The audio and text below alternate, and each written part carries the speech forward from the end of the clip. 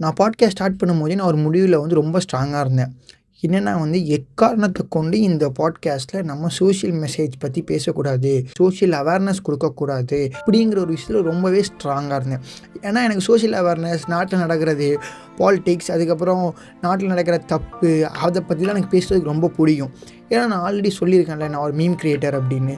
நான் மீம் கிரியேட்டரா இருக்கும்போது கூட என்னோட பேஜ்ல அவ்வளோ சோஷியல் மீம் போடுவேன். சோஷியல் அவேர்னஸ் மீம் போடுவேன்.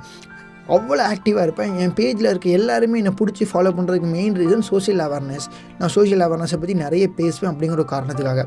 பட் போக போக போக போக எனக்கே ஒரு சில விஷயம்லாம் நான் ரியலைஸ் ஆகி நான் என்ன பண்ண ஆரம்பிச்சிட்டேன், சோஷியல் அவேர்னஸை ஸ்டாப் பண்ண ஆரம்பிச்சிட்டேன். சோஷியல் அவேர்னஸை பற்றி எங்கேயும் பேசுறதில்ல, சோஷியல் அவேர்னஸை பற்றி எங்கேயும் சொல்கிறதில்ல. நான் கம்ப்ளீட்டாக நிறுத்திட்டேன்.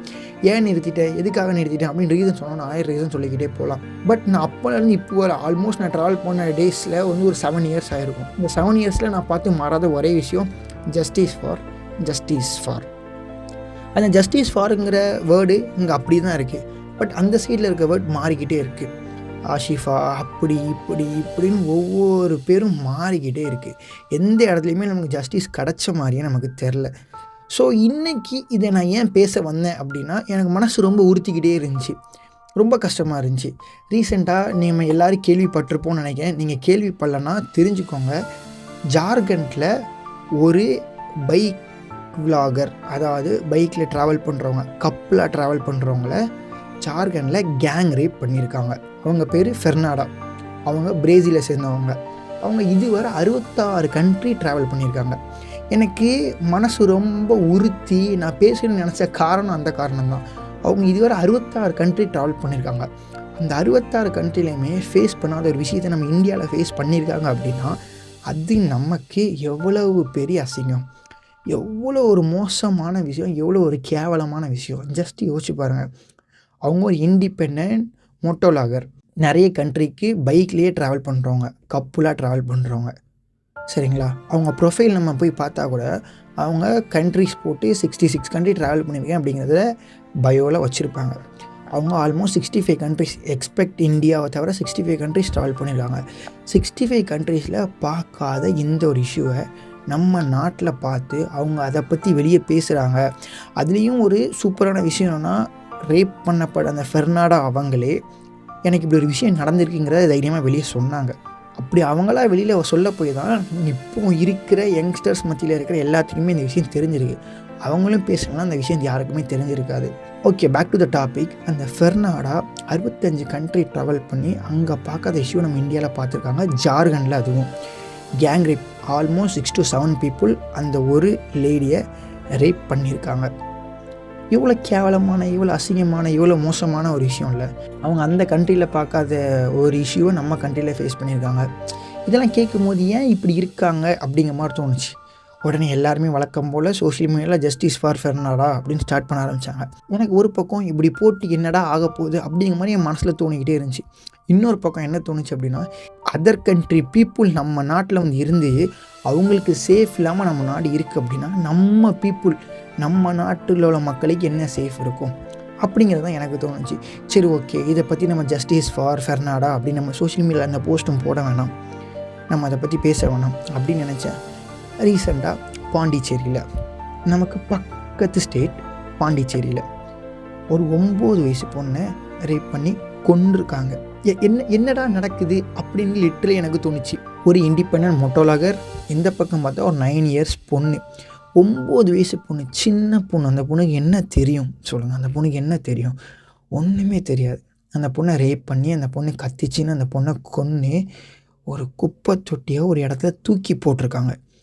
ஒரு உயிரோட மதிப்பு அவ்வளோதான். நம்ம நாட்டில் ஒரு உயிரோட மதிப்பு அவ்வளோதான். அவங்கள பிடிச்சி ஜெயிலில் போடலாம். சில பேர் சொல்லுவாங்க அவங்களுக்குலாம் அறுத்து போடணும், அவங்களுக்கு அது ஞாபகம் வரணும், ஒவ்வொருத்தரும் மறக்காத மாதிரி ஒரு தண்டனை கொடுக்கணும், extra extra extra extra. But இப்போங்க நான் சொல்ல வர்றது என்னென்னா, நம்மளில் இருக்க சில பேர் கேட்டுக்கிட்டு இருக்க நீங்கள் இந்த விஷயத்தை பற்றி நீங்கள் ஆல்ரெடி தெரிஞ்சிருக்கலாம். நான் இப்போ ஜஸ்டிஸ் ஜஸ்டிஸ் ஃபார் ஃபெர்னாடா இல்லை ஜஸ்டிஸ் ஃபார் ஆர்த்தின்னு நினைக்கிறேன் அந்த பொண்ணு பேர், அப்படின்னு நான் பேச வரல.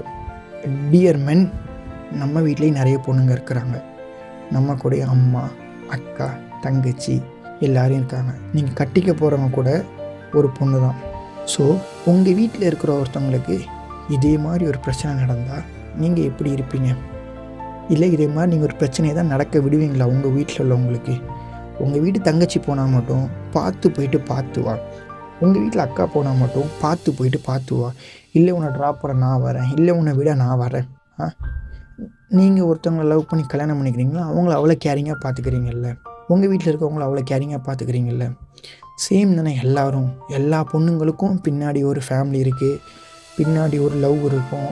அவங்கள நம்பி வீட்டில் நிறைய பேர் இருப்பாங்க. அவங்கள டிபெண்ட் பண்ணி ஒரு ஃபேமிலி இருக்கும். அவங்கள டிபெண்ட் பண்ணி ஒரு மென் இருப்பாங்க. எல்லார் வீட்லேயும் இப்படி தான் இருக்கும். So all are equal. நாங்கள் ஜஸ்டிஸ் கேட்டு நான் ஏன் பேசலை அப்படின்னா, ஐ டோன்ட் பிலீவ் இந்த ஜஸ்டிஸ் நடக்குமா நடக்காதா அப்படிங்கிறதெல்லாம் தெரியலை. ரொம்ப மோசமான விஷயம், இந்த ஃபெர்னாடாக்கு 10 lakhs கொடுத்துருக்காங்க அவங்க இப்படி பாதிக்கப்பட்டதுக்கு. இதில் ஜோக் என்னென்னா, அவங்க வச்சுருக்க பைக்கே 35 lakhs 40 lakhs வரும். ஓகே, நம்ம அதை பற்றி பேச வரல. ஸோ ஜஸ்டிஸ் போடுங்க, சோஷியல் மீடியாவில் பற்றி பேசுங்க, அப்படிலாம் இருங்க. எப்படிலாம் ஒரு விஷயம் நடக்கு அப்படிங்கிறத அப்பப்போ தெரிஞ்சுக்கோங்க. ஏன்னா நான் தான் சொன்னேன்ல, ஒரு ஃபியூ இயர்ஸ்க்கு அப்புறம் நான் சோஷியல் அவேர்னஸ்க்குள்ளே வராமல் விட்டுட்டேன் அப்படின்னு. வராமல் விட்டதுக்கப்புறம் என்ன ரேப்போ எது நடந்தாலுமே நான் அதை பெருசாக எடுத்துக்கிறது இல்லை. ஏன் எடுத்துக்கிறது இல்லை அப்படின்னா, இதே மாதிரி நடந்துக்கிட்டே தான் இருக்கும் அப்படின்னு விட்டுட்டேன். பட் இந்த Fernanda case seriously hit me hard, very hit me hard. So என்னால் அதுலேருந்து வெளில வர முடியல. ஸோ ஆல் ஆர் ஈக்குவல், அதை மறந்துடாதீங்க. உங்கள் வீட்லேயும் பொண்ணு இருக்குது, எங்கள் வீட்லேயும் பொண்ணு இருக்குது. நீங்கள் ஆஃபீஸில் வேலை பார்க்குறதும் உங்கள் பொண்ணு கூட வேலை பார்ப்பீங்க, காலேஜில் படிக்கிறதும் உங்கள் பொண்ணு கூட படிப்பீங்க, ஸ்கூலில் இருந்தாலுமே ஸ்கூலில் ஒரு பொண்ணோட தான் இருப்பீங்க. இவ்வளோத்துக்கும் அந்த பாண்டிச்சேரியில் நடந்த பொண்ணை ரேப் பண்ண பையனோட வயசு 19 வயசு. சின்ன பையன், உனக்கு என்னடா தெரியும் அப்படிங்கிற மாதிரி தான் இருந்துச்சு. உங்கள் கூட ஸ்கூலில் பொண்ணுங்களும் படிக்கிறாங்க, காலேஜ் படிச்சிங்கன்னா அவங்க கூடயும் பொண்ணுங்க படிக்கிறாங்க, ஒர்க் பண்ணிங்கன்னா அவங்க கூடயும் பொண்ணுங்களாம் ஒர்க் பண்ணுறாங்க, அவங்கள சுற்றி பொண்ணுங்களாம் இருக்கிறாங்க. அவங்களெல்லாம் நீங்கள் அப்படி ட்ரீட் பண்ணல, அவங்களெல்லாம் நீங்கள் ஒழுங்காக தானே ட்ரீட் பண்ணுறீங்க. அப்போ ஏன் ஏதோ ஒரு 3வது மனுஷன் பெண்ணை பார்க்கும் போது மட்டும் உங்களுக்கு அப்படி தோணுது? எனக்கு சத்தியமாக புரியலை. இதுக்கு நான் தண்டனை வேணும், அப்படி இருக்கணும், இப்படி இருக்கணும்லாம் பேச வரல. ஆல் ஆர் ஈக்குவல், மறந்துடாதீங்க. உங்கள் வீட்லேயும் பொண்ணுங்க இருக்காங்க அப்படிங்கிறத மறந்துடாதீங்க. So all are equal. So இந்த ஒரு விஷயத்தினால மொத்தமான ஒரு ஆண் அப்படிங்கிறது தரக்குறைவாக பேசப்படுது. எல்லோரும் ஒரே மாதிரி இருக்கிறதில்ல. Take care, be safe.